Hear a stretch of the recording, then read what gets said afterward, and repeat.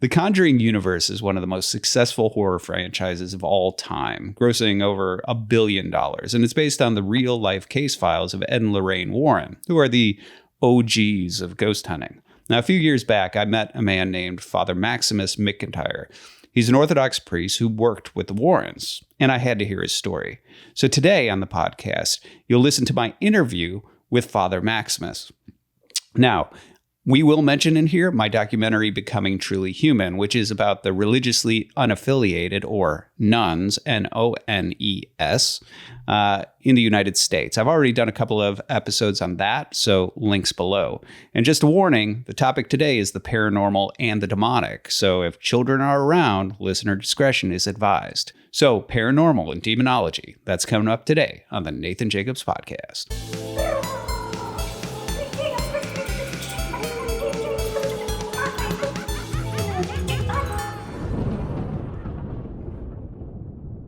I have with me today a good friend of mine, Father Maximus McIntyre. Hello, Father. How are you doing? Not too bad, Dr. Nathan. How are you? I'm doing all right. Thanks for joining me.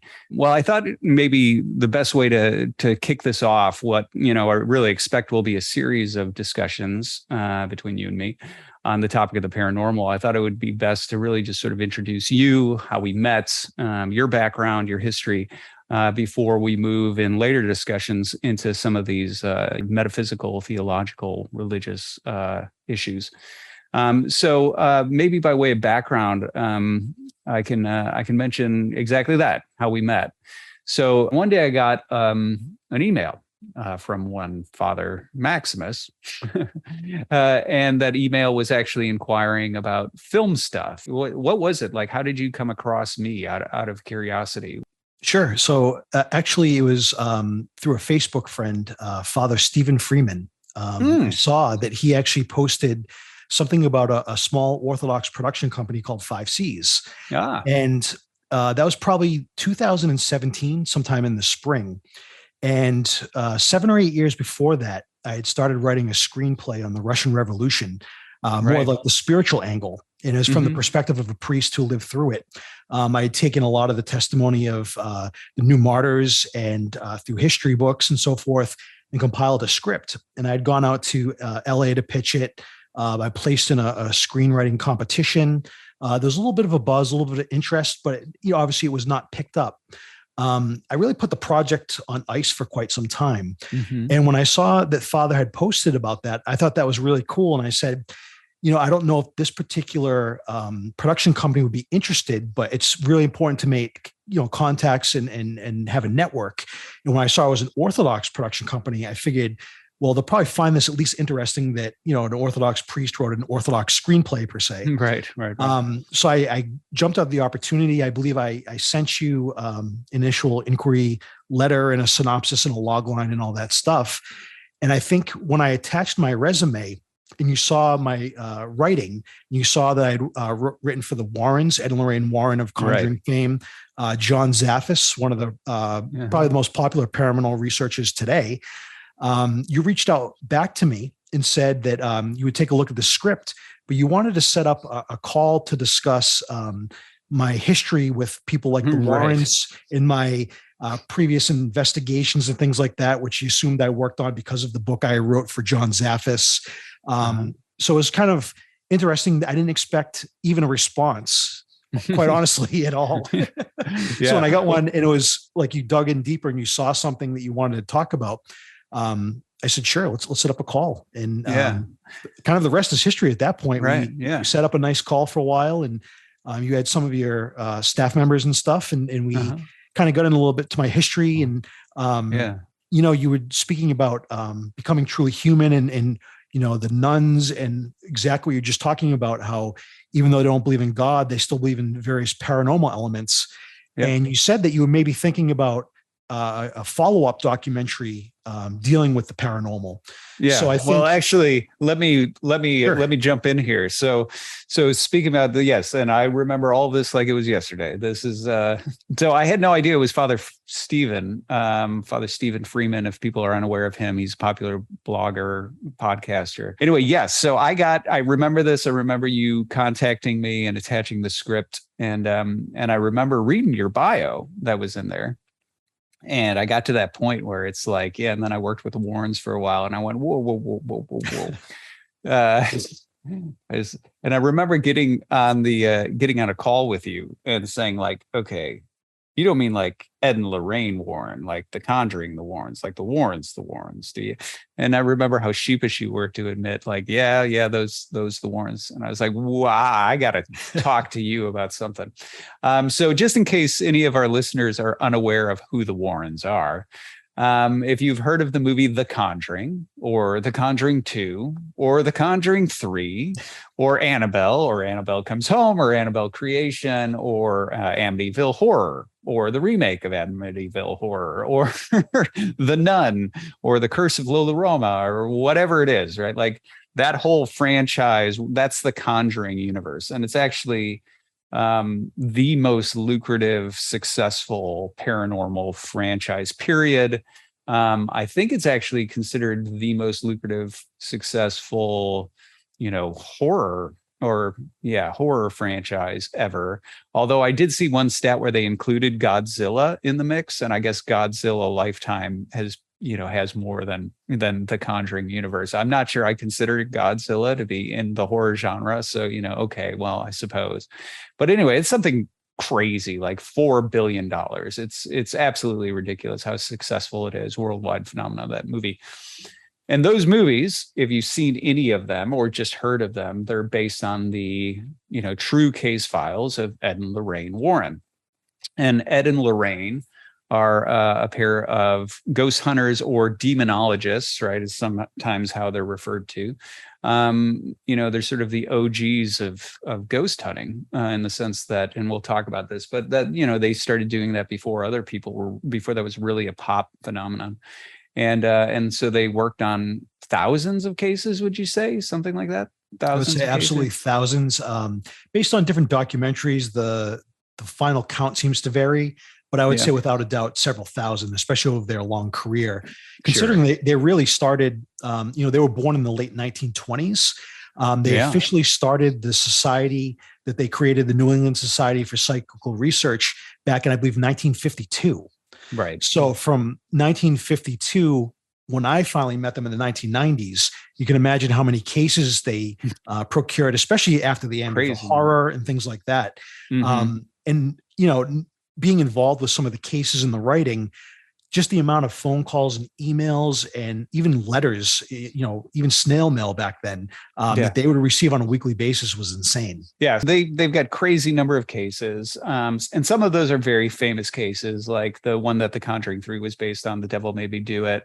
Obviously Amityville Horror is a very well-known case one. And then there was the other one that was it in England, the one that The Conjuring 2 was based on? Yes, the Enfield Poltergeist. That's right. Yeah. That's the one.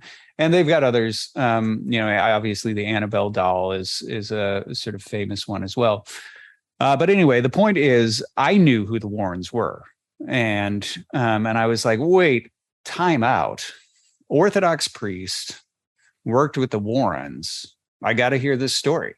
And so basically, that's where I wanted to reach out to you, because I already had this seed going in the back of my mind about the fact that, really what the idea was for me is that I thought, a lot of folks, when, engaging people in conversation about religion or philosophy, metaphysical issues, right? God, things like that.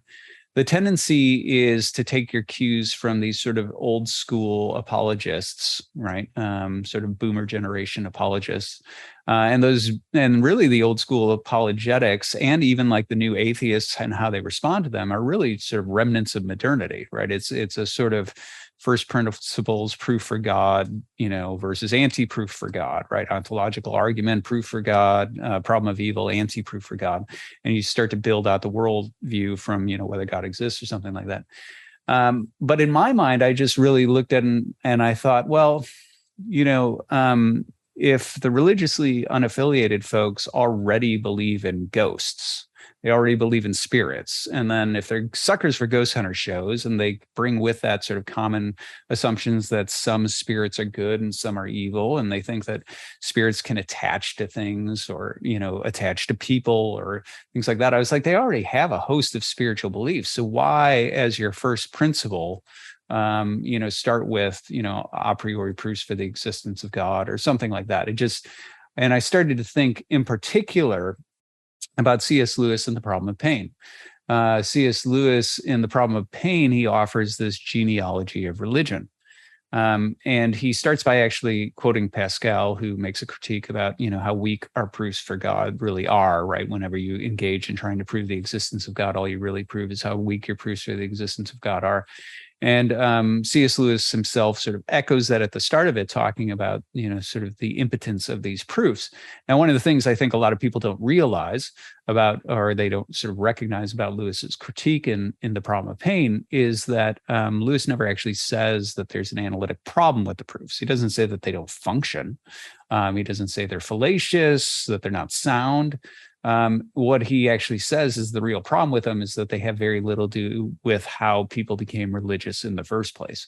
And so what Lewis does in the opening of the problem of pain is actually go through multiple stages of this sort of evolution or genealogy of religion. And the first stage that he talks about the numinous. And there he refers to Professor Otto, and Professor Otto is actually Rudolf Otto, who is this Lutheran writer who is responding to Immanuel Kant's critiques of religion. And anyway, basically the point is, we can think of the numinous as having to do, specifically in the case of Rudolf Otto, he's talking about us having this sort of sixth sense about things that are otherly, right? And this is related specifically to the question of knowledge of God, because Kant's philosophy had sort of set up the parameters of human knowing and thinking in such a way that God was really, there was no place for God in human thinking or experience in any sort of direct way. There was no possible direct experience of God. And Otto's response was basically, well, time out. There is this sort of thing in human experience called the experience of the numinous, which is when we have this sort of dread or awe that we feel we're encountering something, otherly.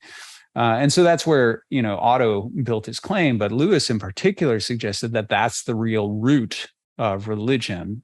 And, that human beings have this intuition, right? They have this sort of sense that, something lives in the woods, they have this sense that our world is haunted, basically. And I thought, well, that's a really interesting point. If the religiously unaffiliated are sympathetic to that notion, and from all my interactions with them, the answer seemed to be that they are, that they look at the world, they think it's a spiritual place. They look at things like beauty in nature and sublimity in nature, and they think there's something meaningful about that. That they believe in things like ghosts. They believe those ghosts, and spirits and things like that. There's such things as spiritual energy. They believe they can attach to people, places, things. I thought, well, there's actually a lot to talk about there. There's no need to go into this sort of modernist, let's build from the ground up, proof for the existence of God and go from there. Why don't we actually have a discussion about this sort of inclination, this interest you have in ghosts? And so my thought initially was exactly that. I wanted to do some sort of project, and you'd mentioned a documentary, and that was because I just finished up, this one documentary, and I thought, well, maybe that's the route to go. So that's at least the vague idea I had in my mind. I was like, I want to do something that's really sort of engaging in a serious way the question of religion, of spirits, the nature of our world, these sort of metaphysical questions, taking seriously the paranormal as a relevant data point when considering those questions. And so that was the seed of the idea. And so when I met you and I was like, well, gosh, anybody who's into the paranormal in pop culture today surely knows about the Warrens, and surely they'd be, interested in somebody who worked with them and what their story was.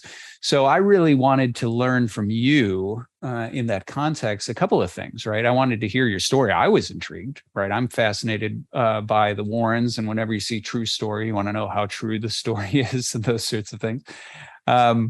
So I was curious on that level. I also was curious how on earth, somebody who worked with the Warrens ended up becoming an Orthodox priest. And then ultimately I wanted to talk with you about the sort of inklings I had for a project and see if there was an opportunity to partner.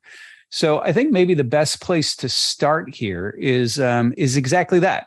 Since I already know your story, right? We've been through quite a bit together, Father, at this point. Why don't we kick it over to you and let you share this story of how a young lapsed Catholic who's curious about the paranormal ends up falling in with the Warrens, and how falling in with the Warrens ultimately leads you down this road back to faith and ultimately into the Orthodox Church and the Orthodox priesthood. So why don't I kick it over to you to share that story with our listeners? Sure. So back in 1996 is when I first really became exposed to the Warrens' work. I was a freshman at Western New England College, which is in Springfield, Massachusetts. I just turned 18, and I was getting used to living on campus and the college life. And back then, actually, for many, many years, for decades, the Warrens, they were big on, especially the college lecture circuit. That's really how they earned their living. They were very, very popular speakers. So a lot of like your campus activity boards and things would bring them in yearly to speak with the students. Very popular series. Yeah, well, so on that point, though, I mean, I remember in the Conjuring movies, them showing this, right? This was a thing where I think it was in the opening of the first Conjuring. It opens with the Annabelle case, and then sort of it cuts from, Annabelle, who I think the original Annabelle is like a Raggedy Ann doll, right? Like, right. Is that right? Yeah, but they made it something like super creepy, like Victorian doll or something like that. Anyway. But I remember they started with the Annabelle case and the opening of that, and then they sort of cut to the Warrens, right, or the actors who are playing the Warrens, right, in a college lecture hall, delivering a lecture about the paranormal, fielding questions about it, showing footage. I think maybe at one point they have them showing footage from a famous exorcism that they were involved in. Is that the sort of thing you're talking about? You went to actually like one of those? That's not only accurate that they did that, but that's one of the things that you went to? That is exactly what I went to. My understanding is they started those types of lectures back in probably like the late 1970s, mid 1970s. And that was something they did, throughout the year, but usually around the Halloween season was when they were really busy and probably did at least 50 lectures each season. They were, it seemed like someplace each day, a different college. My particular college, I believe at that time, that was probably the 25th or 26th year in a row they had been there to lecture. So it was not the first time. So they were seasoned veterans at that school. And it was one of those things, I was new to college, of course. I was just turning 18, and I made a couple of friends, and we went to dinner one night in the cafeteria. And when you come downstairs to get our mail and things like that, there's a board with all sorts of flyers about different activities and things that are happening. And their campus activities board had posted up these flyers, and it said like ghost hunters coming to campus. And of course, my eye went right to it. I'm like, what is that? And I saw Ed and Lorraine Warren, and I said, hey, wait a minute. I know who they are. I haven't read their books, but I totally remember them from television. So I went back in my mind and I said, a couple of years ago, I remember seeing them on this show called Sightings.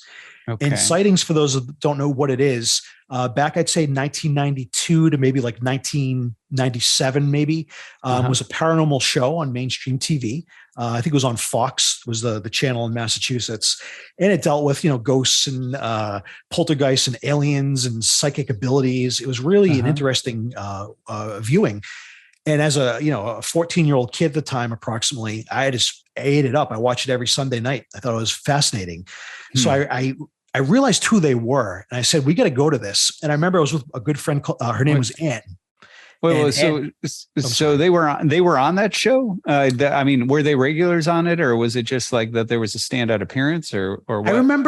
I only remember two occasions they were on it. The first one that the second one I remember was the White Lady, which is Union Cemetery in Connecticut, which is very, very popular and supposed to be haunted. And they didn't show the video on Sightings, but Ed had a supposed video of the White Lady manifesting in that graveyard. But what caught my attention, what really caught my attention, though, was the first time I remember seeing them on that show. For those that don't remember, maybe like the early ghost shows, the 80s, the 90s, whether it's the Discovery Channel, Learning Channel, usually the input or the interviews were with parapsychologists. So, Right. that type of discipline, and not necessarily from a religious angle. Mm-hmm. And I thought it was interesting because they went to help somebody down south. I think it was in Georgia on that case. Mm-hmm. And in their mind, it was a diabolical haunting and the family was being tormented. Mm-hmm. Now, on the sightings show, they brought in a Roman Catholic priest, I believe, to baptize the young girl, to bless the home, this sort of thing. And I'd never seen anything like that on TV. I thought that was different than what I was used to with like parapsychologists saying, is psychokinesis or, these other things. Right. So it stood out to me, especially being a Roman Catholic, although a young one and practicing up and down and leaving and coming back. It resonated with my faith. So it always kind of stuck with me. So when I saw that flyer, I said to my friend who was standing next to me, Anne, when we came down and saw that, I said, we got to go to this. It was like a couple days away. And she's like, yeah, I'll definitely go with you. That sounds awesome. And, we probably went with a bunch of other kids. And I remember, this is really funny to me. I was really excited, to see who they were. And we got there super early. So, I wanted to try to meet them, but I actually wimped out the first time. Say hello. I was too nervous.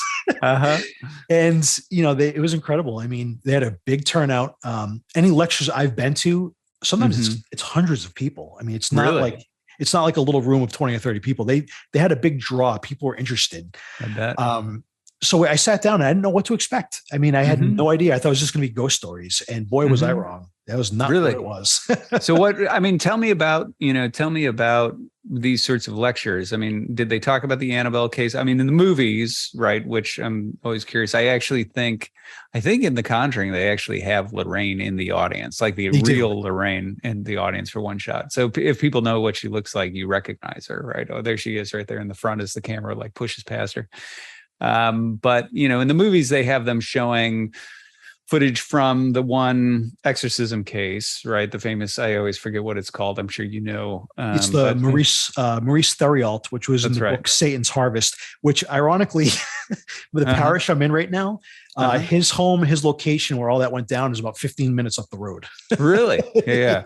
That's fascinating. There's so much to talk to you about. It's great. But, and then also they talk about the Annabelle case. There's some other famous cases. So what were these? I mean, are those accurate to what their lectures were really like? I mean, what was the presentation that Ed and Lorraine did usually like? Essentially, there's two parts to the lecture. They would lecture together. They'd each take turns. They, focused on first and foremost for the first half. So say about 90 minutes, because they were about 3 hours, their lectures. They were long. Right. But hey, my experience says paranormal, ghosts, you can hold an audience for a really long time with that topic. Yeah. So anyway, sorry, keep going. So the first half, they would typically not really show much for videos, except for the White Lady video, which is a purported apparition from a Union Cemetery in Connecticut, a famous cemetery that's supposedly haunted. That's been on Sightings and probably Unsolved Mysteries and all those types of shows. So they played, before they did the videos, they actually had an old school slide projector. So they would actually use that, which is pretty cool. They didn't use computers or anything, and they projected on a screen. And it was, a lot of so-called psychic photography and things from maybe some cases or famous photos from England, their own photos from their own researchers, photos from graveyards like Union Cemetery, and even some from cases. But then usually after like a small intermission or small break, then they'd go into like demonology and get heavy into exorcism, poltergeist phenomena, violent hauntings, that sort of thing. And they would tell more of those stories, certainly show some slides, but also some videos. There's even, as you mentioned, the exorcism video, which was, I think, what really grabbed me that night and never quite left me. For those who have not seen it, I'm sure it's probably available now on some type of documentary or something, but the case was Maurice Theriault. And in this VHS video, so there's not like a Hollywood production. It was just a camera set up, and you had Bishop Robert McKenna, who was an exorcist who I knew not really, really well, but he worked on some of the cases. I've assisted at an exorcism or two with him. He was, on the video, there's an assisting priest, things like this. And it was, there was no Hollywood hoopla, I guess is what I'm trying to say. Right. And in this video, this man, when he went under possession, supposedly, he would drool, which would be basically clear. And when the spittle would hit his shirt, it would turn to blood. He blinked 3 times and then didn't blink again for the rest of the video. And his eyes became kind of wild and serpentine. A split opened up on the side of his head and started to open. And you could see this, like his nose getting bigger. He was turning red and he was in obvious pain. And he was speaking, I believe, initially in English and then in Latin backwards. Right. I'm not convinced about something like that, but the physical phenomena really grabbed onto me. So when I saw this at their lecture, it gave me a different perspective. And I realized this was not just about their ghost stories. There's something very serious here. And what was interesting, they also said how they were Roman Catholic.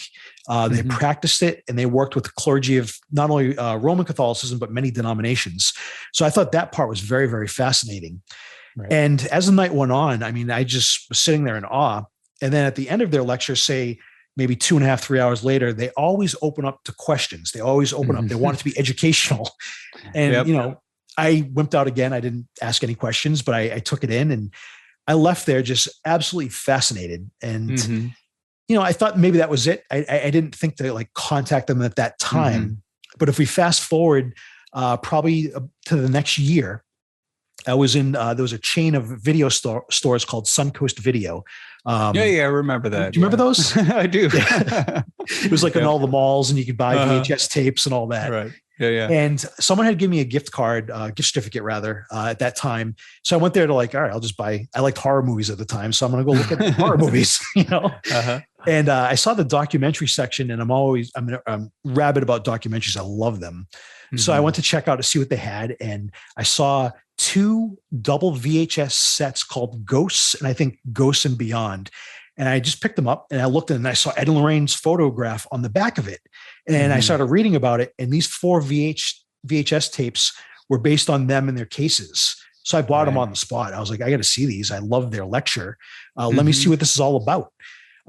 Even on the back of the video, it said how they are going to go through the museum that they have and see some of the supposed haunted objects, things like that.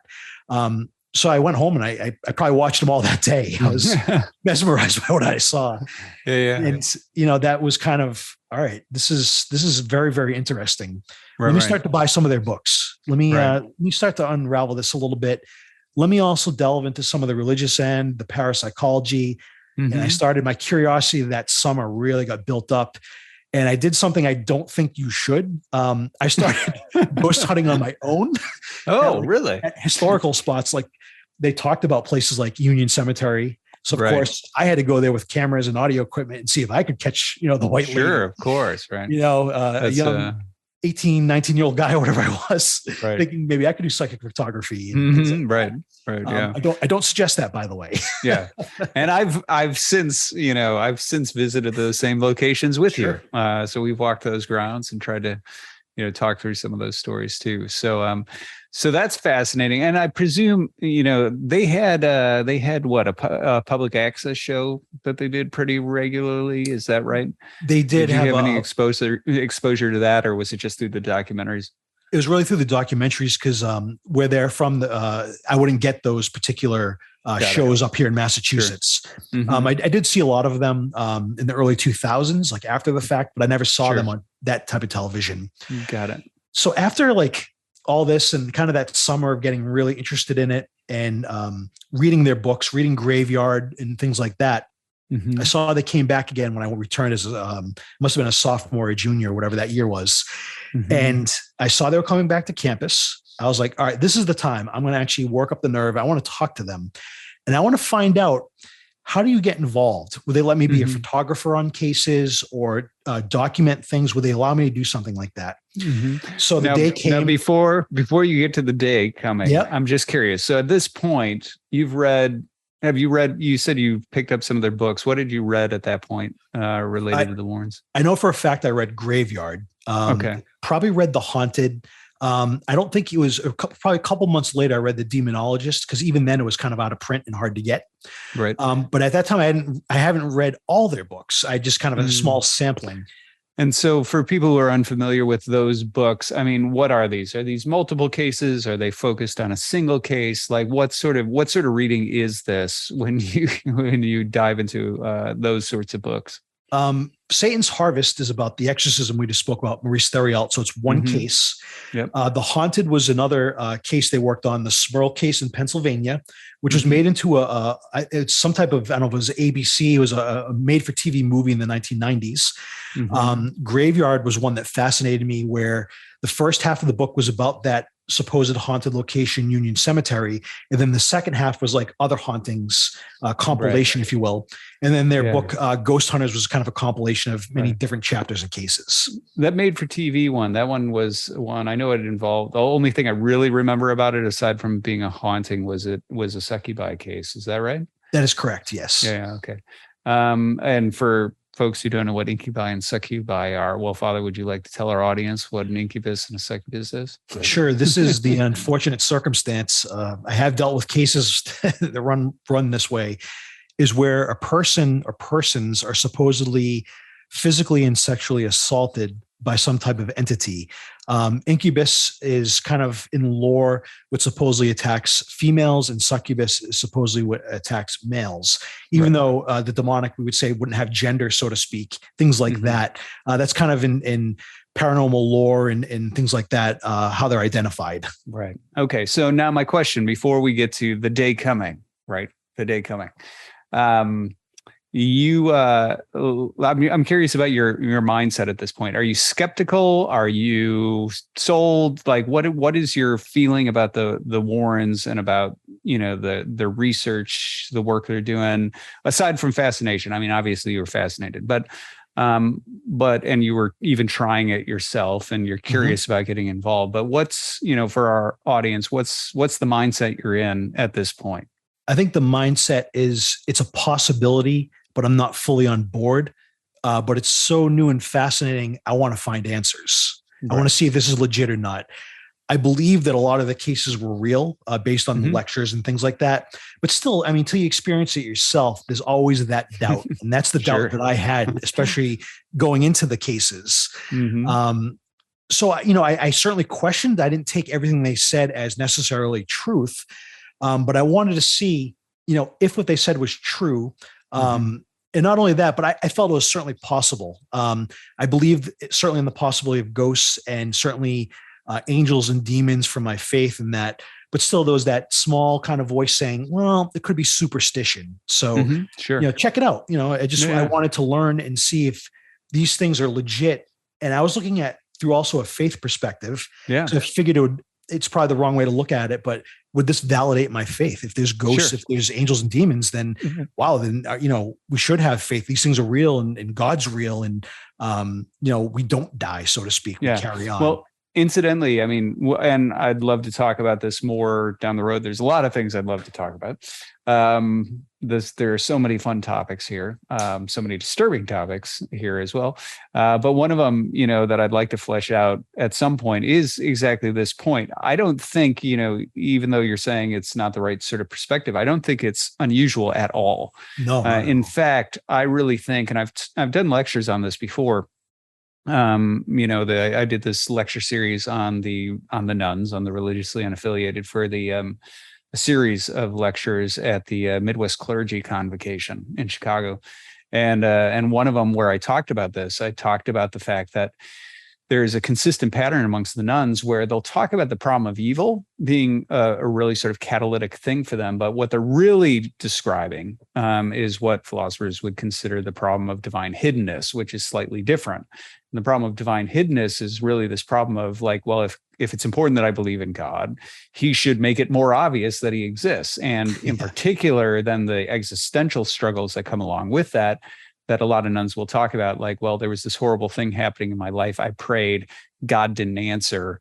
So where is he? Right. And that's really a problem of divine hiddenness. And I think one of the reasons there is an interest in the paranormal amongst the nuns, a spiked interest amongst the nuns, is because they're longing to experience something. So when you ask the nuns, and they'll say, well, I believe in God, or I believe in a higher power. I don't know if I believe in God. I would really like some proof. And then you ask them, what do you mean by proof? They go blank because they don't really know what they mean, right? Now, they don't know what would constitute proof, but I know what they want based on the interviews I've done with them. They want God to show up. That's why they're interested in the paranormal, is that it is immediate, palpable experience of something from the other side that says, yes, there's something there that's real. And if God won't do that, at least ghosts will. And I really do think that's kind of the impulse that's there with a lot of religiously unaffiliated. So even though, regardless of whether or not that's good advice, to go try to do ghost hunting in order to validate, the existence of spirits as a first step in religious exercise or something like that, I don't think it's really that unusual, to be honest. Not at all. I mean, I don't fault people for doing it because they're looking for answers. They want to find out, and it could be as simple as they're grieving, they lost a loved one, and they want to see if they're truly on the other side. Like I totally get it. And that's why I'm not too hard on people when I find out. I try to gently coax them because I think that they can run into some real issues. Oh yeah. Sure. But I totally understand why people do it. And I did it myself. So, I mean, I'm not going to criticize them. They're looking for answers. And although it's not necessarily the best way to go about it, I understand the curiosity. Yeah. Yeah. I mean, you bet. I mean, and incidentally, you read about the history of the spiritualists, right? Sir Arthur Conan Doyle's history of the spiritualists, for example. A lot of people don't know that Sir Arthur Conan Doyle, author of Sherlock Holmes, was actually a spiritualist. One of the reasons I always find it funny when people like try to co-op Sherlock as if he's an atheist, and it's like, do you know who Arthur Conan is? Anyway, so he's a hardcore spiritualist, super into it. And he does this history of that. He has a book on spirit photography, things like that. But you read his history, like a lot of the spiritualist movement is driven exactly by that question, right? The loss of a loved one. Are they still there? Is there something on the other side? So absolutely. I mean, you have, the kids' slumber party, let's play with a Ouija board sort of thing. But, on a real existential level, there's usually some experimentation related to these existential crises. Absolutely. Yeah. So anyway, okay. So the day arrives. You're gonna go for it, right? You're gonna reach out to the Warrens. Yeah. Let's hear it. So what happened? The day arrives, and we all go to dinner at the cafeteria, and they're starting to take down the tables to set up all the chairs. And I know it's coming, and kind of just like I did, the year or two before, I went downstairs to check my mail and all this stuff. And lo and behold, the door opens, and in comes Ed Warren by himself. And he looks at me and he goes, "Hey, son, can you help me?" And I'm just standing there like, hey, it's Providence. And right? I said, "Sure. What can I help you with, Mr. Warren?" And he seemed like shocked I knew who he was. And I said, "What can I do for you?" And he said, "I'm looking, I can't remember where the lecture's taking place. I've been here for like 20 or 30 years. Can you show me?" And I said, "Come on, I'll show you. It's upstairs." And we're walking just together. And I am next to Ed. And, I told him, I said, "I know who you are. I'm going to come to the lecture tonight with some of my friends. I've read some of your books, and I'm fascinated by your work. I really respect you and Lorraine." And he was like, "Oh, thank you very much." And, he like shook my hand, and, he was looking nice. He had a sport coat on, and I brought him up to the cafeteria where they were setting up. And I said, "Here it is, and I'll see you like in an hour or two." And he said, "Thank you, son." And I was on my way, and I was probably geeking out. Like, Ed, like I didn't expect you just that. hung out with Ed Warren, right? Yeah. So that's I told my friends, and they were teasing me, of course. And then as a total nerd, obviously, I got dressed up for the occasion. I was back then I was a hardcore and metal kid, and probably wore a lot of concert t-shirts, and I had the button-up shirt on tucked in, and like the nice shoes. And I got to the lecture early because I wanted to actually approach them this time with those questions of how does one get involved and so forth. I had known that they were doing classes down at a supposed haunted restaurant called Carousel Gardens, which is down in Connecticut. Okay. So I figured, well, maybe they're still open and doing those classes. Maybe I could attend those or what have you. So Ed seemed to be tied up, I remember, and Lorraine was over by the podium, and I approached her, and she smiled and said, "Hi, honey, how are you?" She always called everybody honey. And she reached out her hand, and I shook it, and I introduced myself, and I told her how I forgot to bring my books to have them autographed, of course. But I asked her about, how does one get involved in this? And she said, "Well, we pick a lot of researchers that, sometimes through our classes. Would you like to maybe come down? We do like 9-week sessions, and we talk about ongoing cases that are in the field. We talk about the field in general. And sometimes some of those folks, if they stay around, they actually go out onto the field. And I said, I would love to. And she took a pen and paper and wrote down the address of the restaurant and times and things like that. They were hosting them. Unfortunately, I always had a night class, and it always fell like on a Tuesday or Wednesday when they were having those classes. Right. So I never ended up going, but I had a pleasant conversation with her. I sat down with my friends, and it was another, probably 2 to 3 hour lecture, very similar to the one before, maybe a little bit new material in there. And I left still blown away and still excited and still wanting to learn more. Fast forward a couple months. Okay, before you get there, I've heard that Lorraine was delightful. I say was because Lorraine and Ed are both deceased now. But I've heard that Lorraine was a really charming, pleasant woman. Is that an accurate description of her in your experience? I would say my experience is yes. Okay. I have always had good encounters with her. She's very pleasant. When you see her at a lecture, she doesn't care if there's 50 people waiting to talk to her after the lecture. She'll stay. She's not going to leave somebody behind, which is interesting because after that much and then doing a question and answer and then have to drive to the next place, I mean, to stick around for another 45 minutes an hour is something, but that's the way she was. Very warm, welcoming, and caring, in my experience. Okay. Ed was the same way, but he was a little more gruff and funny and cracked some jokes. Right. And he was a military guy, right? He was in the Navy. Yeah. He's actually, he was a Navy hero. Right. Okay. That's right. Great. All right. Well, maybe we'll get to some of that. Who knows?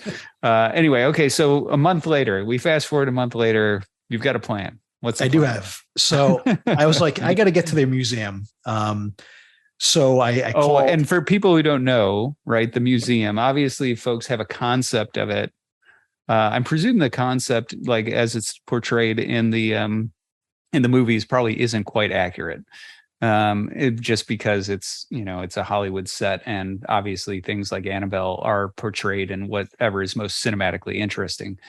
But this is a museum where they would keep objects from cases, right? So they're a cult museum basically where there's cursed objects or haunted objects or things related to different cases. Is that accurate? You want to contextualize this for folks in terms of what the museum is?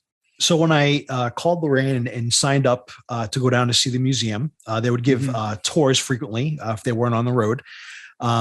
And I booked a day to go down, and I took my girlfriend at the time and one of my college roommates who was very supportive of my interest and who was also the one that tagged along when I'd go to the graveyards to take psychic photography and all that. So, it was probably 7 a.m. We get in the car and we go down to Connecticut and arrive at the Warrens' house. Yeah. Knock on the door, and there's Lorraine greeting us with handshakes and warm smile. And here I am like, do I really want to go into this museum? I'm kind of second guessing myself now. And it was open to the public. Like it was just open to the public. People would just show up and you'd have to. Now, what's interesting about this museum, it's actually located on their property. It wasn't like in a public space. And that's why you had to make plans ahead of time to go. The way it is after you go into their home, it's probably kind of like a cottage type home. You could go down the stairs into their basement. And that's what they called the Halloween room. So this was not the museum. This was like a large table, maybe gifts they had received or Halloween stuff. There was the hats they received from the police in England when they helped with an exorcism case, like all kinds of cool trinkets, basically. Sure. And that's where they would probably have gatherings and meetings. I've been down there before, and Lorraine's office is down there, also off of the Halloween room. But this is where it's interesting. They have off of the Halloween room is a passageway. So I don't remember how long it is, maybe 50, 75 feet, whatever it is. And it's a passageway that goes out to what used to be an art studio, which then functioned as the museum, which they would house all these objects from cases. And then Ed's office was off of the museum. Got it. So that's kind of the basic setup of when you would go into their home to view the museum. Ed would take you down to the Halloween room and he would talk with you. There's only, like I said, there's only 3 of us. So we had him to ourselves for a good hour. And he would talk about some of the cases, some of the objects we're going to see in the museum, and any questions he would gladly answer. Now, this is where it got really interesting that day. Is Ed was a little bit under the weather. He had a bad cold. He was not feeling well.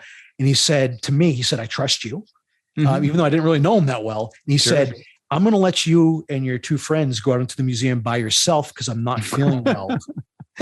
And he said, I can't really go out there because I don't really keep heat or electricity because the objects might fly off the shelves. And he's like sending us in there by ourselves. So you got to realize those that are part of their group or their, people that knew them, when you open up the door to the Halloween room to the passageway, it's a big wooden door. And when it closes behind you, it's like a big boom. It's almost like from a castle. It's not like a regular door. So that door, he shuts the door behind us. And here we are going down the passageway and we're kind of like pushing each other like, no, in the dark. First. In the dark. I went around and the passageway kind of, it's not straight. It takes, I think you go in it and it kind of bears to the right. And as you look through the glass pane of the door, guess who's looking at you? Annabelle. She's on the far wall. So I have this creepy Raggedy Ann doll that I've read the story about that he's warned us about, that he said, do not touch the case because someone who else has done that has died. And he said, yeah, you can go in there by yourself. And I said, oh, goodness. And he said that if you accidentally bump into anything, please let me know. Here I am, That's a great setup. What am I, like a 19-year-old kid? And then, I said, all right. So we see Annabelle looking out at us.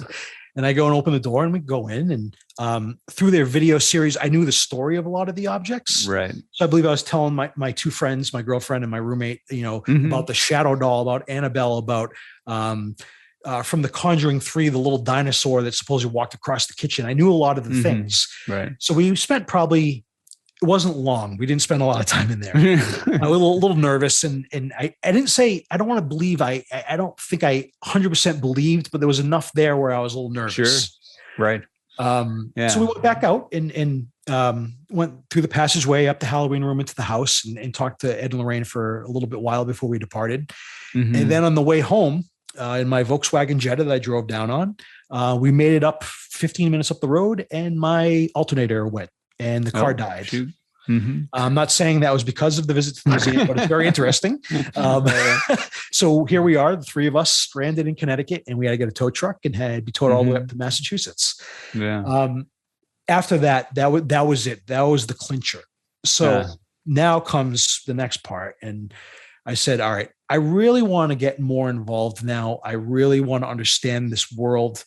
And that's when I said, all right, I'm going to write to them in a more official manner. They knew who I am. I've introduced myself. They recognize my face. And I basically wrote an inquiry letter to them and said, I would like to become officially more involved. Is there anything I can do with the casework? If I start attending classes, could I maybe come? Anything that you need, I'd be interested to learn more. Sent it out with writing samples because I also knew that they had a journal and like other things. And I wasn't thinking that at first. I was thinking I could maybe write up some case files. Like if you take me on the cases and you need somebody to document, I would be more than happy to do it. Here's my writing samples. I was an English major. Right. So I figured they could read that and be like, oh, he's coherent. He can write up case files. Right. So I sent this package with the samples and the letter and all this stuff to them. And I almost anticipated like, I'm sure everybody in the world that sees them probably asks these things. They're not going to get back to me. I just kind of like, all right, I'll just forget about it. I saw them lecture probably a few weeks after that and went up to say hello. They recognized me, shook my hand, things like that at Anna Maria College in Paxton, Massachusetts. And I was kind of bummed because like, man, they didn't mention the letter or the writing samples. They're ignoring the topic. They don't want to work with me. And I was kind of bummed out. Well, the next day, I get a phone call from Lorraine and she had returned home and got the package. So she was on cases. They were lecturing, so they never got the mail over the previous couple of weeks. So she called and left a message at my home and said, we are so sorry. We would have talked about it last night about your inquiry, but we didn't receive it till today. And she said, we're going out on a few cases. We're going to be back in about a week and a half, 2 weeks. We'd like you to come down to our home to talk. Would you be willing to come down? And we set it up. I called back and made the date to go down. And, I was anticipating, I had no idea what they were going to say or anything like that. So sure enough, the day came and I got dressed up again and got in the car and made my way young from metalhead college. Gets into his seat, and that's right. The young metalhead all dressed up and made my way down to Monroe, Connecticut. And, I walked in the door and Ed said he'd be out in a few minutes. Why don't you talk with Lorraine? And all of a sudden, after we had our, pleasantries and greetings and things, Lorraine took a step back and went to do something. And so I went and sat down on the couch where he asked me to sit down. And they're big into animals, always adopting many animals, injured animals, abused animals. And I remember, I believe there's 3 dogs there that day. And it's interesting because obviously when you go into a home and there's animals, usually they're going to come check you out and so forth. Mm-hmm. Sure. They didn't really seem too interested in me as I was sitting on that couch. This is broad daylight. They were looking at something over in the corner. Some of them seemed afraid. The other one was kind of wagging his tail. One was kind of low to the ground from what I remember. And they were clearly intently looking at something in the corner of the room, which kind of creeped me out. I didn't know what to think of it. And so I just kind of looked at the dogs and was trying to see what was going on. And there was nothing. I mean, I couldn't see anything, couldn't experience anything, didn't feel anything. And then within a few moments, Ed came in the room and I didn't say anything. He just kind of left it at that. And I thought it was a little odd. I'm not saying it was anything per se, but still. Well, you and I both know that there are plenty of cases in which paranormal stuff seems to attract animals. That is very true. So I mean, might have been nothing, but also could have been something. I think that skeptical side of me wants to deny that was something there. Sure. But if I'm going to be honest, I truly think now there was probably something hanging around, especially in their home and all the cases they work on.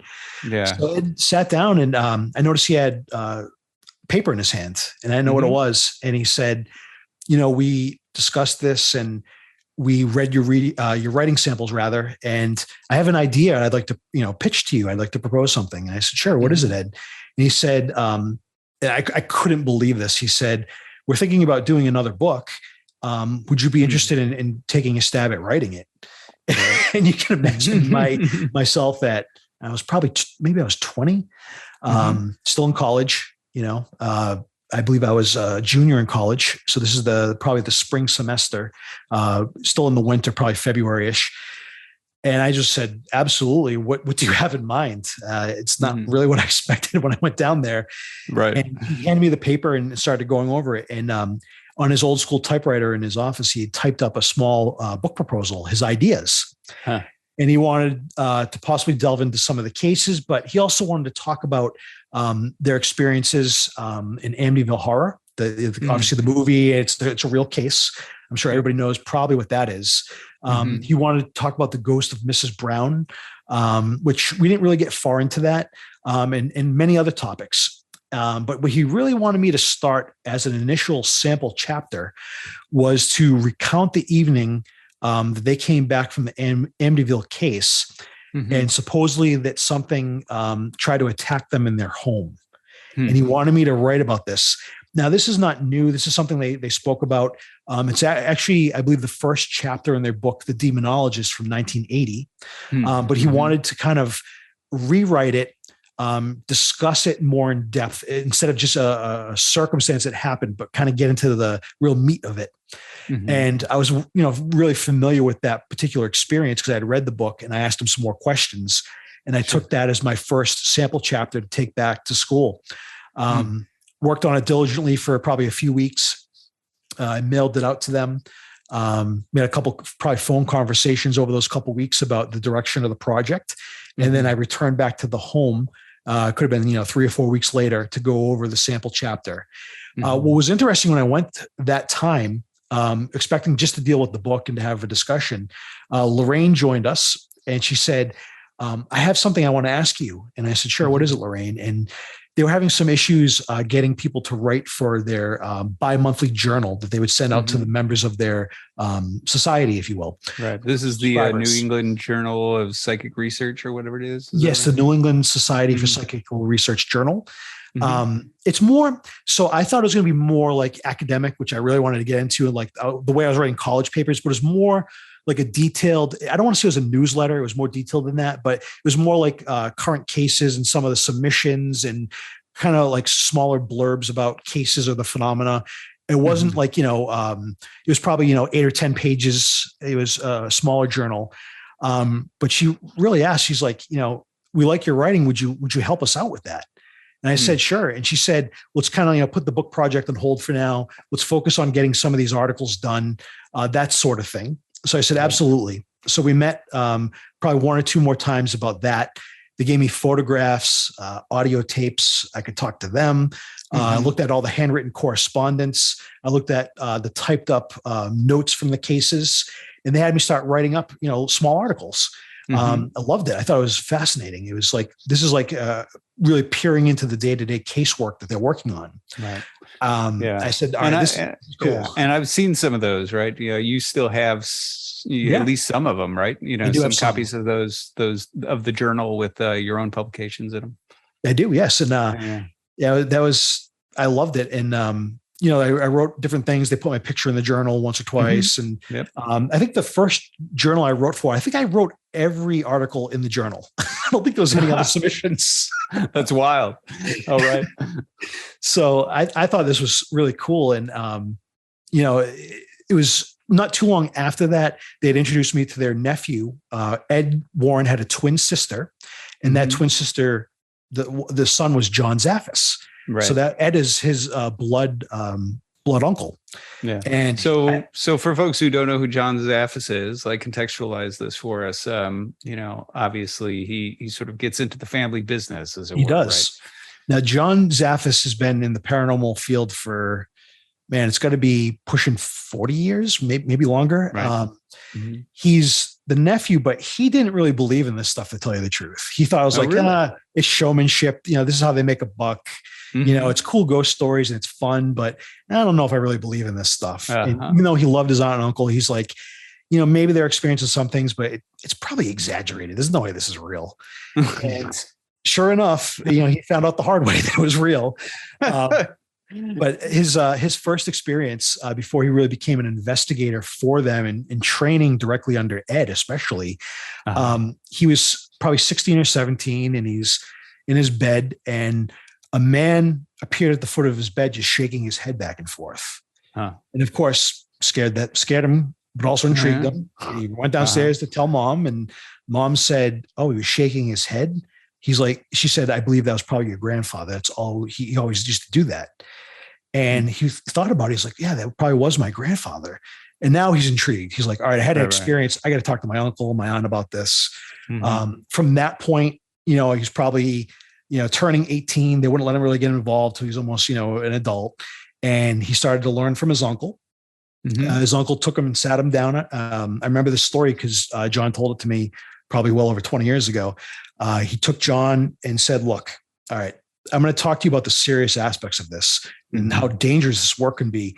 And quite honestly, you're my nephew. I'm worried. So we're going to take this slow." But he started bringing him on cases. And sure enough, after that, he was hooked. He had real experiences. Probably most recognizable was A Haunting in Connecticut, which was a movie from, I think, 2008. John Zaffis worked that case for 9 weeks. That was probably one of the more famous cases he had worked to up to that time, which was also made into a book called In a Dark Place. Right. And also the Lionsgate movie, A Haunting in Connecticut. Right. So, this was just another case, back then. And I think that case was probably 1988. It was before I was on the scene, so I had no involvement. But it really affected him. And he went on, we can get into it later, but I ended up writing a book for him and all this stuff. But, I really became good friends with him, and he was, their chief researcher and very trusted and stuff.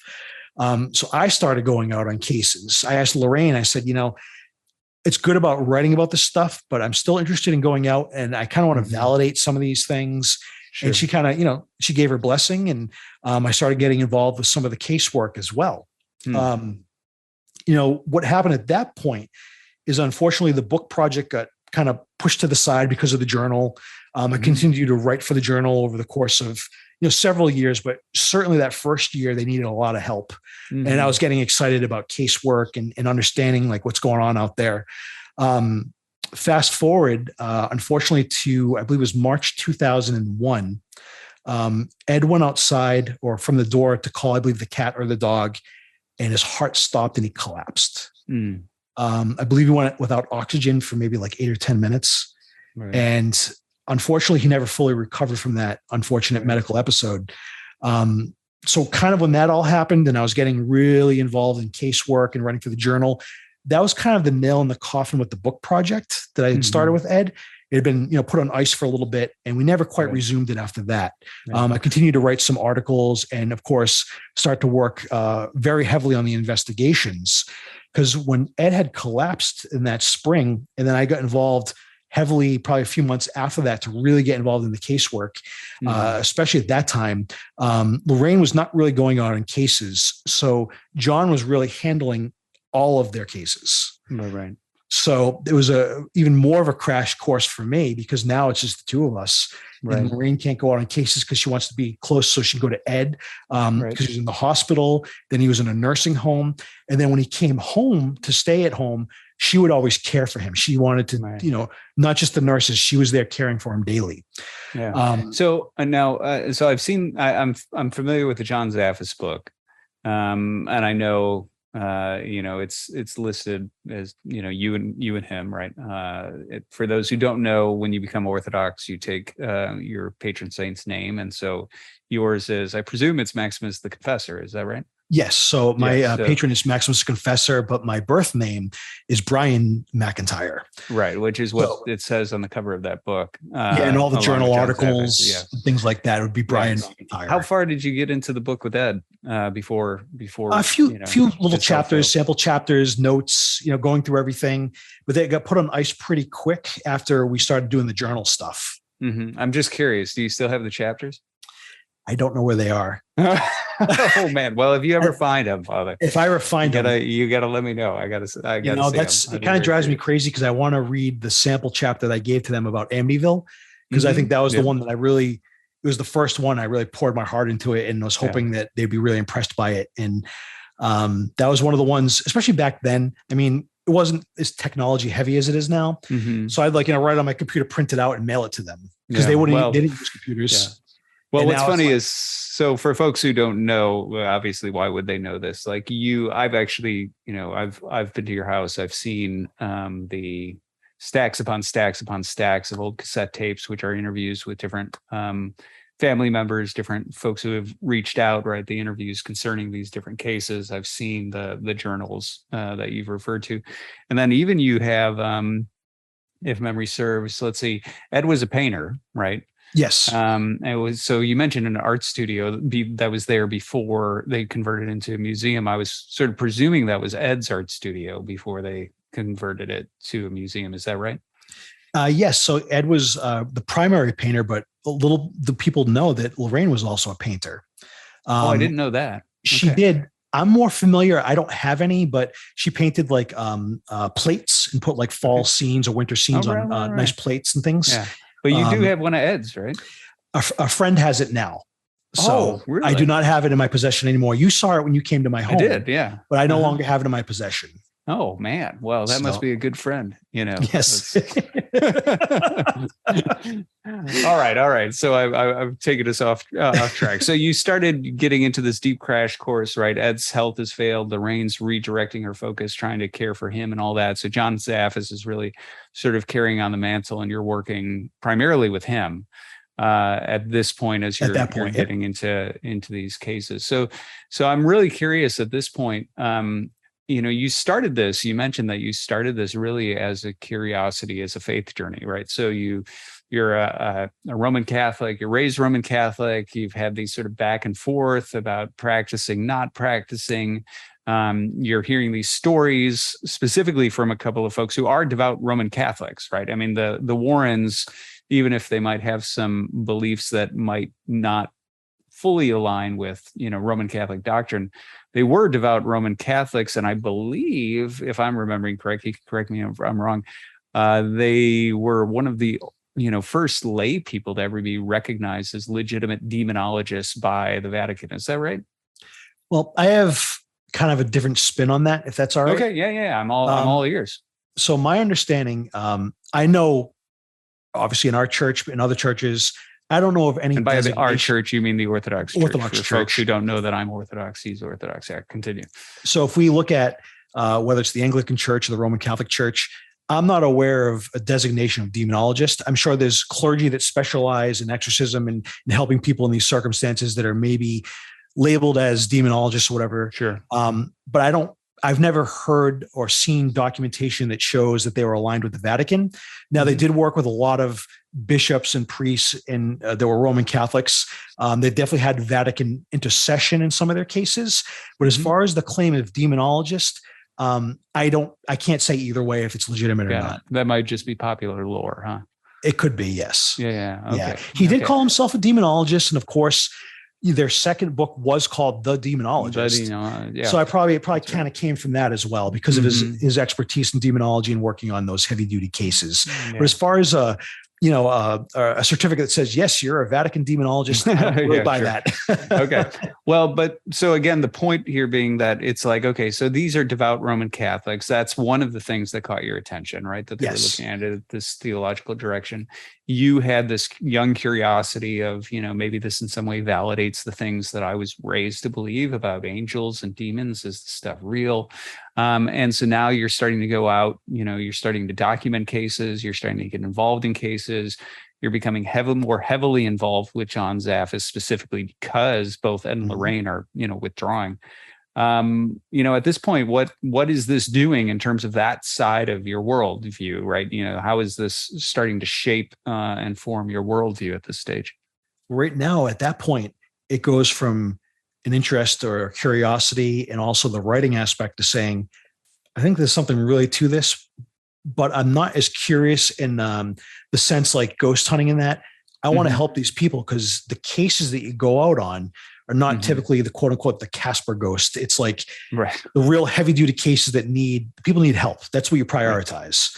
Right. So I realized that I had to make a decision. Am I going to continue, or am I going to kind of back out at this point? John talked to me extensively saying, all right, your feet are wet a little bit, but now if we're going to, he was used to this stuff because he'd been a seasoned researcher at that point for quite a while. But for me, I wasn't. And I had to make a choice and say, all right, if this is real, if there's real diabolical forces in this world, if I'm going to get involved with cases that could lead to exorcism, what about my spiritual life? Am I going to be attacked? Am I going to have baggage that's going to come from being involved? And I started to get more serious about my spiritual life. In that context, obviously, was Roman Catholicism. So I started to take things like the Eucharist and confession and things like that much more seriously to prepare. Even talking to my local priest and a few other priests in the Roman Catholic diocese here in Worcester about getting involved in what they thought. Were they going to kind of like, quote unquote, give their blessing, or were they going to say, no, you can't do this. This is too dangerous.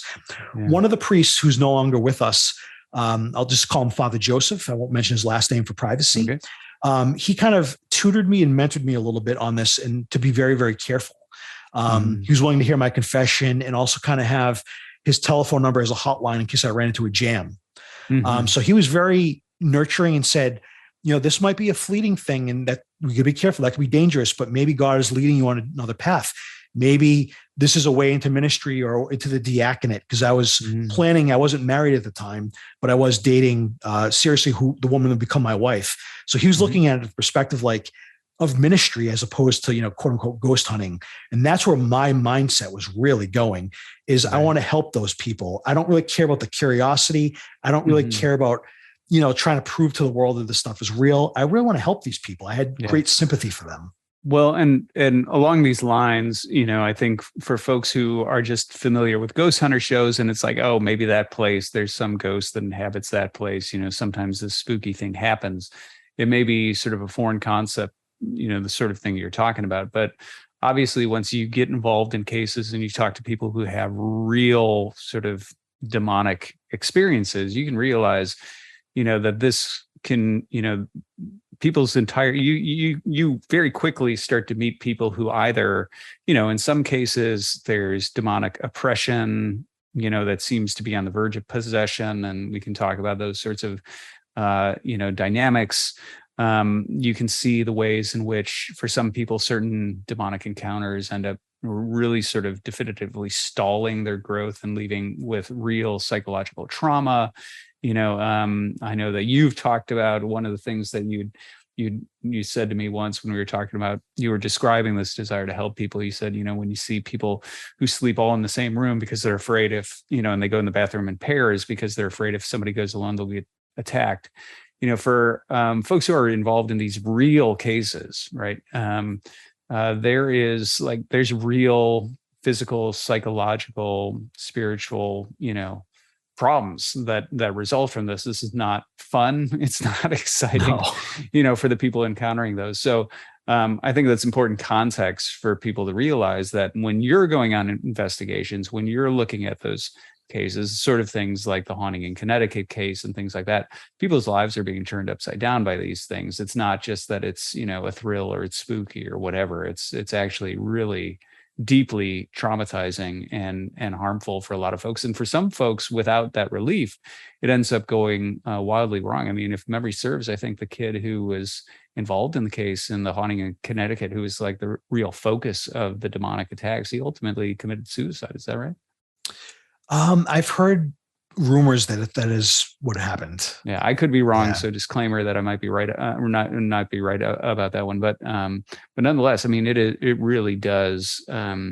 Without people finding the proper help, it really can be life-ruining stuff. Absolutely. And so you going on these cases, those are the sorts of people that you're talking to on a regular basis.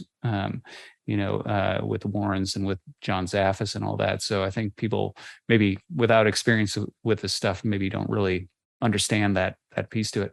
I'm also curious here, you mentioned to me when you were sharing this whole story with me for the first time, you had talked about a certain level of disillusionment with Roman Catholicism. So even though you had been returning to Roman Catholicism, there was still a sort of tense relationship there for you, for lack of a better way of describing it. Can you tell me a little bit about that? Because my understanding is that really sets the stage for the movement, ultimately the discovery of Orthodoxy and you becoming an Orthodox priest. Absolutely. So as I was getting more serious in the casework and getting more serious about my faith, obviously that's going to open up the whole avenue of really digging into my faith. So I started reading more, you start with the catechism, things like that, and really get in depth. And I was trying to discern and understand the dogmas and doctrines of the church, asking priests various questions and trying to understand it all. And I kept getting hung up on different issues like papal infallibility. Is the Roman Church the only church? A lot of these different things, transubstantiation. I started really questioning everything and really trying to learn more about my faith, and still embraced it. And I think I don't want to say I became more ecumenical. I still stuck to like apostolic churches and believing that they were the truth, because I understood what like apostolic succession was, where the maintenance of the faith and the consecration of the bishops in an unbroken line back to the apostles, and really maintaining those beliefs, things like that were very important to me. So I didn't really jump out of Roman Catholicism to go to, say, Protestantism or like the New Age or anything like that. But I was starting to question Rome itself and start to look more east, both to Eastern Orthodox churches or the Oriental Orthodox communion, like the Coptic Church and so forth, trying to understand the apostolic brethren that we had. And they seem to keep more a lot of like the mystical teachings that really appealed to me. The Desert Fathers, kind of that purity of the spiritual life and showing us how to be watchful and attentive. And it really started to resonate with me.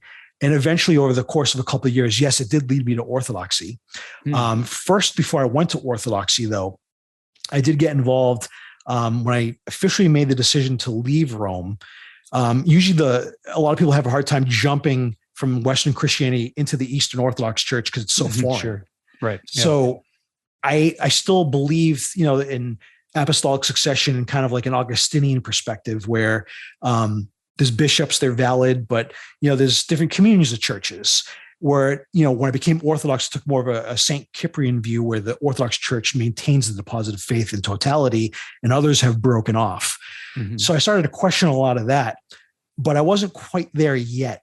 So the logical conclusion for me was like Anglicanism, the traditional branch, if you will, Latin mass groups that broke off from Rome, traditional Catholic movements, old Catholic movements. And I did actually get involved specifically in some of those movements. Eventually actually going through a priestly formation program for must have been about 3.5 years, and becoming a cleric in the Western Church before I made my switch to Orthodoxy. Right. Was Bishop McKenna part of one of those more traditional brands of Roman Catholicism? Yes. He was what's called, at the time, I believe he was a sede vacantist. So he believed like the Vatican II Council and its interpretation was capsizing the church, and it was a false council. Believed like the seat of Peter was empty.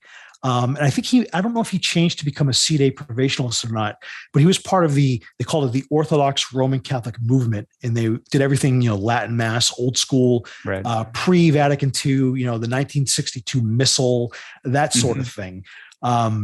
Very, very incredible man. And definitely influenced me also. I didn't go that route. I thought they were a little extreme and a little off base, thinking kind of like the last Christians almost left on earth. I didn't really buy that. So I never really went the full. I had a great respect for liturgics and the mass at that time and the old Latin mass, but they seemed very much focused on the rites and the rituals, because they were mad about the Novus Ordo that had surfaced post-Vatican II, but it's almost like they didn't realize, well, there's 19 or 20 other types of liturgies in the Roman Church. There's the Eastern liturgy, there's the Coptic liturgy. Right. So are they invalid too? It was kind of, it was incoherent, some of the arguments. So I was a little bit turned off from like the sede vacantist movement or the breakaway schismatic movement based on really kind of liturgics in the council. So I found myself more into the old Catholic groups that broke at Vatican I over papal infallibility, because that was why I was really questioning. I didn't want to question it. I really believed at first that the Pope was, all right, he's the representative Peter. Like that's what I was ingrained in 12 years of Catholic school and my own reading. But when it didn't stand up to scrutiny, when we looked at the church fathers, the early ecumenical councils, it seemed like it was a much later addition. And even to the point at Vatican I, a lot of the Roman Catholic bishops didn't buy it. And a lot of them did break off, especially like Germany, Holland, even like in places like England, and started this old Catholic movement that was Catholic, but was considered, it depends on what you read. Rome might say they're valid but illicit, but there is one papal letter that says they're invalid. It was very controversial. But I did get involved in that movement for quite a few years, and was actually made. First, I was tonsured and ordained to the minor orders, which are exorcist, lector, acolyte, and porter. About probably like 2 years after that, made a deacon, then a year after that, a priest. Right. And then things really started to click because I was reading a lot of the Eastern Fathers of that time that we didn't really cover in the formation seminary program. Really getting to like St. John Chrysostom and St. Gregory Palamas. And I said to myself, I got to go east. I think there's one true church. I'm not in it. I'll gladly even go in as a layman. Like I just want to be part of the ark of salvation. And I end up leaving that movement, but I was, baptized into the Orthodox Church and chrismated. I was remarried, and I was then ordained all anew over the course of some time, coming to the Christian East, where, of course, now I am still an Orthodox priest in the Russian Orthodox Church outside of Russia, serving here in the United States in New England. So I realized that I was in the wrong place. Yeah. So, I mean, just two quick questions. First of all, for listeners who might not know what you mean by you were remarried within the church, can you maybe just explain what you mean by that? I shouldn't call it remarried, but the marriage was blessed in the church. So we received the crowning, and we received the typical wedding exchange of rings and kind of like the legalistic approach. But this is more of a in the Eastern Church with the crowning and the way the ceremony is. It's like you're marching into the kingdom of God together, hand in Right. hand. It's about sanctification of the couple, Right. things like this. It's not as legalistic, things like that. So when it was obvious that I was probably going to become a priest, they want to kind of line up everything and make sure all the dots are crossed. And that goes to the whole point that they, in case folks are also unaware, Orthodox priests can marry. So that's right. That's hence you being a priest and also married. Yeah. So what it is in our church is priests cannot marry, but married men can become priests. Right. So if you're a priest, obviously you can't go on the dating scene and stuff like that. You're not going to get, join any of these online groups looking for a wife. Right. But married men, if they are accepted by the bishop or go through the studies, and there seem to be men that are prepared. Yes, married men can be made priests in the Orthodox Church. Right. Yeah. And then the other thing, just out of curiosity, how was this received? Right. So you were already well along in this discernment process. Sure. You had been tonsured, all that sort of stuff that you mentioned. How did the Catholic folks that you had been serving with and discerning with and all of that, how did they react to your decision to head east? The Archbishop that I was very good friends with, he was a mentor. He was like a spiritual father, wonderful man. He actually wrote me a letter of recommendation.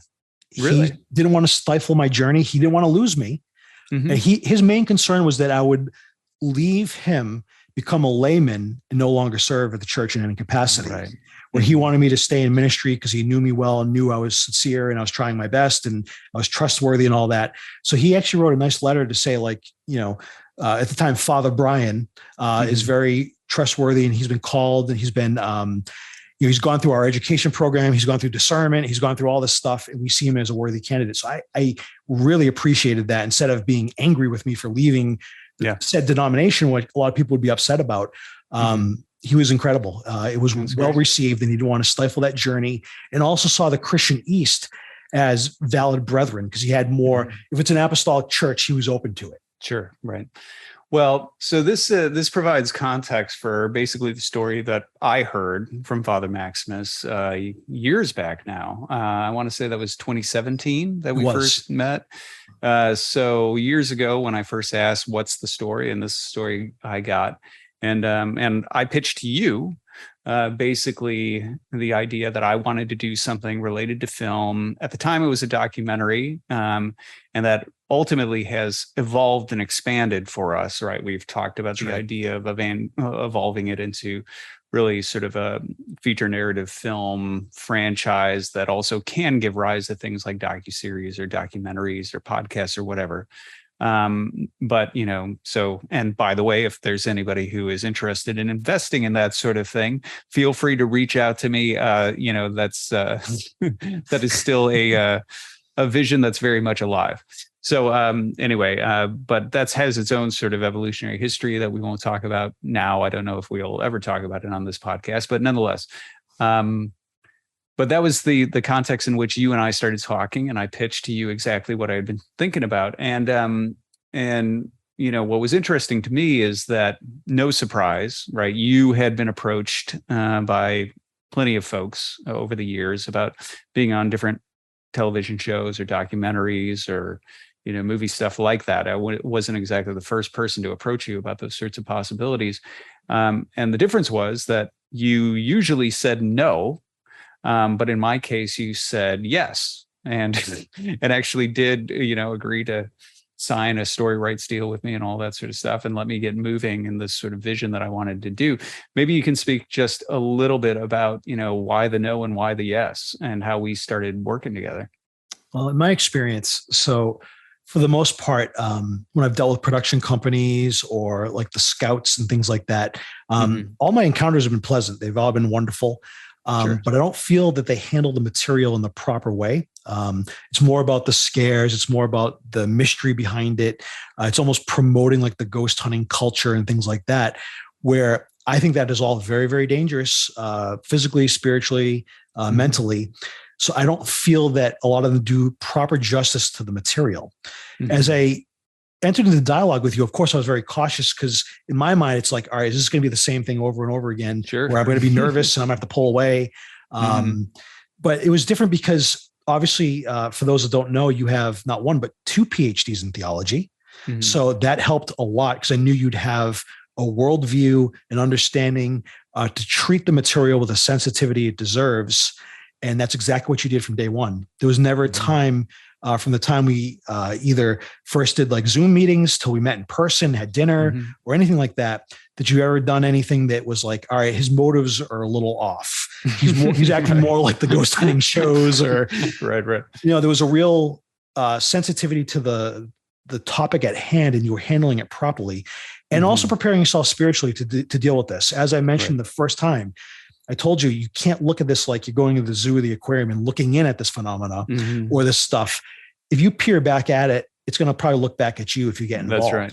And I said, I got to warn you, it's not something you get immersed in it and you're all in. I've received that lecture. John received that lecture from Ed, and it's not someone just trying to be, all romanticized and mystical. It's legit. Like this will affect you. Well, and I can attest to that, right? Yes, so I remember you mentioning this whole thing, and sure enough, I did make sure that with this project that I had the blessing of my priest and I had the blessing of my hierarch, of course. That's right. And then I even, I spoke with monks that I knew about it, and there was, and basically I had my priest as well as you, available for if anything weird happens, if there's anything that seems out of the ordinary. And sure enough, weird things did happen. We have plenty of those stories. And so, exactly right. You peer at these things, they peer right back at you. You're not, as you said, at a zoo where you can just sort of look at it and it's nice behind a cage and we can analyze it. Like you're actually stepping into an interactive world, a world that's already there around us. Right. But once you start to poke around at it and they start to pay attention that you're paying attention, and odd things can happen. Some people kind of using that zoo analogy, they'll go look in the cage and there's nothing there. And other times they go over and there's a lion and the cage is broken. That's the demonic cases. That's right. Right. So, and that of course is what gave way to now years of working together. And that project evolved over time. As I said, it started originally as a documentary concept. It evolved into a feature narrative concept. Different people have gotten involved as it's moved forward. And it happened to sort of be growing into what it would ultimately become vision wise in the midst of COVID, which of course, like so many stories, includes the "and then COVID hit" line, right? Which then turned everything upside down. But anyway, it's very much still alive in terms of moving forward this vision of movie film franchise that also deals in docuseries, podcasts, and all that sort of stuff. So we've continued to work together in that capacity, but there's also been, beyond the films, capacity we started working on. It was interesting because obviously you and I ended up in lots and lots of conversations about the underlying worldview of this, right? Talking about philosophy and theology, and at least my impression, you can correct me if I'm wrong, but my impression was that one of the reasons I would sometimes hear from you and say, "Hey, I've got a case. I'm curious what you think about it," was because your experience is not many people have studied demonology. And so to talk to somebody like me who's like, "Oh yeah, I could talk about, demonology and the worldview of the church fathers on that sort of thing," and so on is a little bit rare. That I'm one of the few people you can talk to exactly at some level of serious about this. For the listeners, I mean, from our perspective, obviously our church tradition, we take patristics very, very seriously, the church fathers. And, we have obviously the Holy Scriptures, the councils, we have the lives of the saints, we have all this stuff in our tradition. And I know you have an incredible grasp on it. So it's good always, I don't do this stuff alone. It's always good to have those you can rely on, whether it's in the psychology field, whether it's yourself, like an academic theologian, to bounce some of the stuff off. You need a network of people that you can trust that are very serious. And also have the spiritual life and not just a curiosity seeker, so to speak. Kind of like when I started, when I was a ghost hunter, I was more curiosity. You really need to be well-grounded and also, realize because the serious nature of it. So, I never hesitate to reach out to you to see what you think of something. And if I tell you, this is the type of phenomena that's happening, this is the type of what they're reporting, what do you think? Yeah, and for that reason, because we, sort of our way of talking about these things is expanded beyond just film, right, into the actual worldview and theology of it. We've talked about some of these other potential projects that are not necessarily film related, but are more demonology related. I won't say too much about that, but nonetheless, that's what makes this an exciting conversation, because I think in many ways it's very easy to have philosophical and theological conversations where they're purely abstract, right? And you're talking about these ideas as if they are mere abstractions, mere theory or something like that, and to forget that you're talking about reality. And obviously, when you're talking about demonology, angelology, things like that, as well as relics, saints, spiritual energy, whether it's divine energy or demonic energy or whatever it is. There is, these are features of reality that you're really talking about. And so one of the things I was hoping that we can do over the course of some of these talks is really do something that I think is really unique, which is to give an opportunity, a platform to talk about some of these real life cases and analyze them in the light of the underlying, philosophy, theology that, you and I both adhere to. And so my hope is that over these next few talks, we can start to jump into some of these rather surprising, odd, interesting cases, right? And talk about the sort of underlying theology of things like divine energies, demonic energy, right? Relics, holy spaces, haunted spaces, et cetera, et cetera. And so I think this is a great way of teeing it up, us getting to know you, and then with that, getting to know, getting some understanding of how you and I met, the nature of this relationship. So I think we'll leave that as a teaser. Next time we can actually jump into some of these cases and start to explore some of these wild and strange stories that you have. Maybe a few of my own we'll throw in there and be able to talk about what they have to tell us about the spiritual world. So I look forward to that with you, Father Maximus, next time. All right.